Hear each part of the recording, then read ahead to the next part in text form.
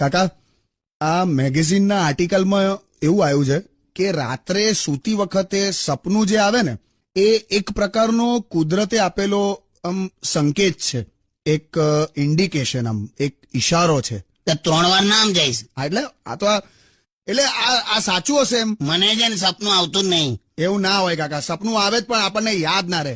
મને પૂરું બોલવા તો દે. પણ હવે મહેસાણાના શાહરૂખ ખાન. હા બોલો બોલો. મને ઊંઘ જ નહીં આવતી તો સપનું ક્યાંથી આવે એમ? કેમ? તારી કાકી છે ને ઊંઘમાં છે ને ગમે ત્યારે મારી છાતી પર આમ હાથ મૂકી દે છે. છાતી પર ડાઇનિંગ ટેબલ મૂકીને હુઈ ગયા હોય ને એવું લાગે. બોલે એટલું વજન. તું જોજે કોક દિવસ મેં ઊંઘમાં જ મરી જઈશ. એવું ના હોય યાર કાકા. બીજું આ કૂતરાઓ એટલા બધા ભસે છે 2 વાગ્યા પછી. અને આ કઈ 3, 3:30 તો કઈ ગેંગવોર થાય છે એ લોકો વચ્ચે.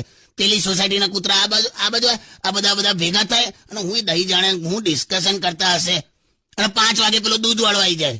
તો ઊંઘે ક્યારે માણસ? પણ યાર ખરેખર તમારી સોસાયટી તો બહુ કૂતરા છે યાર. હું આવ્યો તો ત્યાં તો બધા કૂતરાઓ ખબર નહીં મારી પાછળ દોડ્યા હતા. એ લોકો તો એના લીડરની શોધમાં છે. વે બહુ એ ના કરો ને વે કાકા.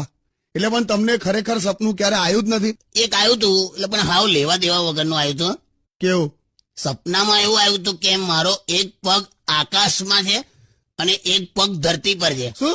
આનો શું મતલબ? મતલબ ખબર નહીં પણ આમાં લેંગો ફાટી જાય. એ ખારા પાણીના છીપલા